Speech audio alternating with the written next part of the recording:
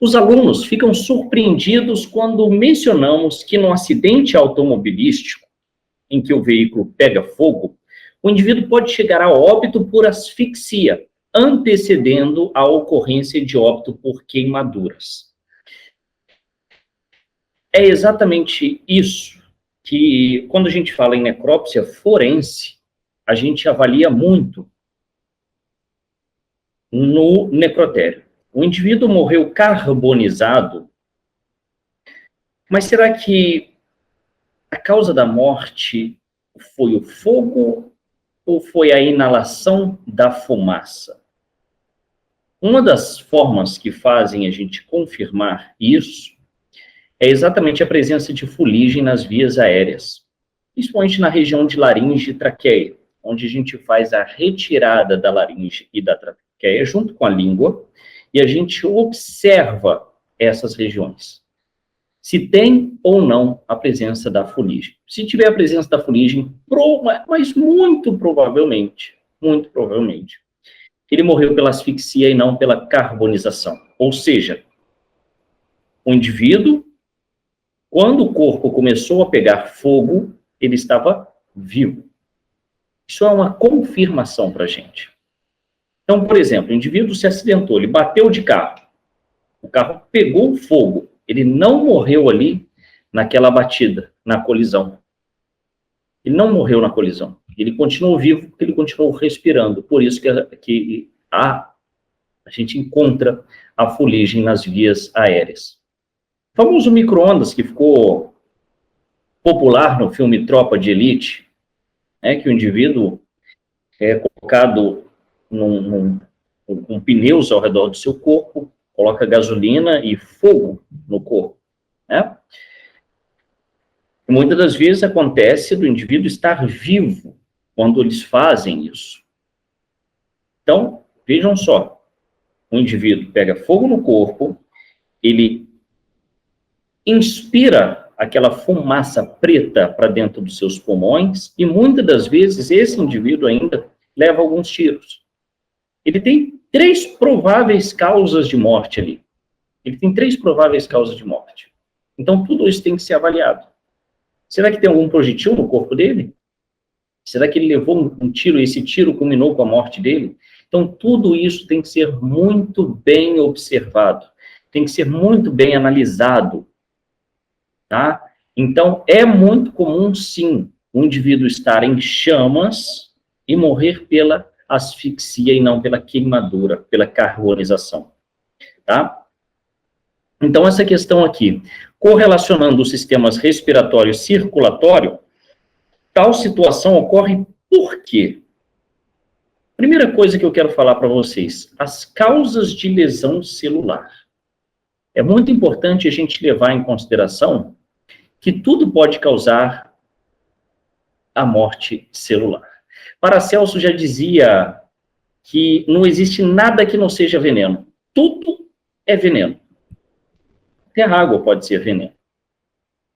Até a água que a gente bebe. Tudo depende da quantidade. E ele ainda afirmava que a diferença entre veneno e remédio é simplesmente a dose.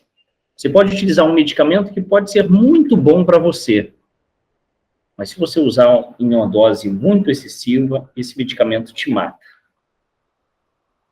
Então, é muito importante a gente levar tudo isso em consideração, tá? Então, o que pode causar lesão nas nossas células?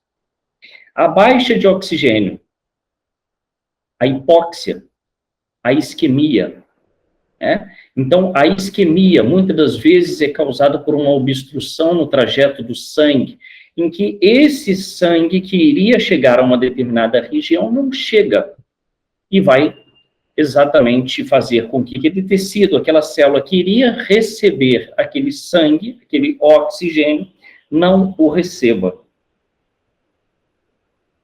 A hipóxia, né, a baixa de oxigênio por diversos fatores, como, por exemplo, COVID. A COVID ela é causadora de hipóxia.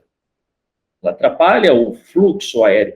a inflamação presente nas vias aéreas atrapalham muito o fluxo aéreo, dentre outros fatores também. Agentes físicos podem causar lesões celulares? Claro, um trauma mecânico, trauma na nossa célula, temperaturas altas, mudanças de pressão atmosférica abrupta, né? Você indo para um lugar extremamente alto, você descendo, fazendo uma descida, um mergulho a grandes profundidades, radiação, choque elétrico. Então, todos esses agentes físicos aqui podem causar lesão celular.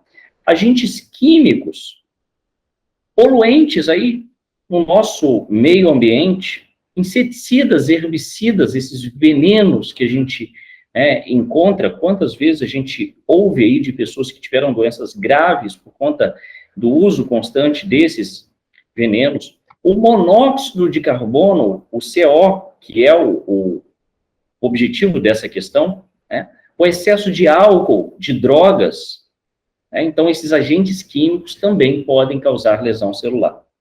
Agentes biológicos, vírus, bactérias, fungos, parasitas, né? Então, desde micro-organismos até organismos maiores podem causar lesão nas nossas células. Doenças em que o nosso próprio corpo agride as nossas células são as chamadas doenças autoimunes, são mecanismos imunes. Distúrbios genéticos, onde malformação congênita causada por uma anormalidade cromossômica pode levar a gente desenvolver algum tipo de lesão celular. E se essa lesão celular ela for irreversível, é o que causa a morte dessa célula, que é o que causa a necrose. Então, o que é a necrose? É quando a lesão celular ela se torna irreversível, você não tem como mais recuperar dessa lesão. E a gente tem também os distúrbios nutricionais que podem causar lesões nas nossas células, sim, deficiências proteico-calóricas, né? Pessoa caquética, anoréxica, ou até mesmo o excesso, os dois opostos, o excesso nutricional ou a falta de nutriente, tudo isso pode causar lesão celular. Então, só reforçando o que o Paracelso disse, né, a gente tem que ter um equilíbrio. A gente precisa desse equilíbrio, porque se a gente não tiver esse equilíbrio, se a gente exagerar em algo, tudo, absolutamente tudo pode ser mortal. E para a gente reforçar a ideia dessa questão, eu apresento para vocês a carboxihemoglobina, que é a ligação da hemoglobina presente no eritrócito ao monóxido de carbono. A gente conhece muito sobre a carbohemoglobina, que é a ligação da nossa hemácia ao dióxido de carbono, e a oxihemoglobina, que é a ligação do gás oxigênio, né, à nossa hemácia, à nossa hemoglobina. Só que, pensem bem, nós não temos só esses gases. Nós temos um gás terrível chamado monóxido de carbono, em que a nossa hemácia tem muito mais atração pelo monóxido de carbono do que qualquer outros desses gases que a gente está acostumado a falar. E o que isso significa? Isso significa que se a hemácia estiver aqui e estiver ao lado monóxido de carbono, oxigênio e dióxido de carbono, a hemácia vai aonde? O monóxido de carbono. Ela vai se ligar ao monóxido de carbono e sabe o que vai acontecer? Não vai ter espaço para oxigênio. Sabe o que vai acontecer? Uma intoxicação. A gente vai ter uma lesão celular causada por agente químico, que é o monóxido de carbono. Então, vejam só que interessante isso. O indivíduo em um lugar extremamente poluído, ele pode ter uma anemia, olha só, por conta da grande quantidade de monóxido de carbono presente no local. pessoa vai estar com uma baixa de oxigênio no sangue, baixa de oxigênio ligado, pode estar intoxicado por conta disso. Ou, se tiver uma grande quantidade de monóxido de carbono, esse indivíduo pode ir a óbito. Que é o que acontece, por exemplo, com lareiras em lugares que não há ventilação de ar, a pessoa pode morrer. Consertos de carro em oficina fechada, carro funcionando, monóxido de carbono. Então, assim, fogueiras. Uma vez foi feita uma necrópsia no IML, simplesmente porque o morador de rua foi até um ambiente, estava frio, né? Um ambiente fechado, ele invadiu uma construção, e ali ele fez uma fogueira para se aquecer durante a noite. Ali ele morreu. Por quê? Porque não tinha para onde esse monóxido de carbono escapar. E ali ele se intoxicou com monóxido de carbono. E qual a justificativa disso? É que o monóxido de carbono, ele possui cerca de 200 vezes mais afinidade com a hemoglobina que o gás oxigênio. E ao ligar-se a ela, diminui a quantidade de hemoglobina disponível para o transporte de oxigênio pelo corpo humano. Essa competição com o oxigênio pode levar à morte por asfixia. Vai causar uma grande hipóxia no corpo da pessoa, uma baixa de oxigênio. E as células que dependem do oxigênio para o seu metabolismo não vão receber esse oxigênio. Então, é muito interessante a gente saber disso, porque em necrópsias, principalmente em indivíduos carbonizados, isso é muito relevante, tá? Então, a alternativa A diz que a hemoglobina, pigmento respiratório, nessa situação, só transporta dióxido de carbono. Não. Na realidade, vai ter uma preferência em transportar o monóxido de carbono e não o dióxido de carbono. B. A hemoglobina combina-se com o CO, monóxido de carbono, formando um composto estável, que é o que a gente chamou de carboxihemoglobina.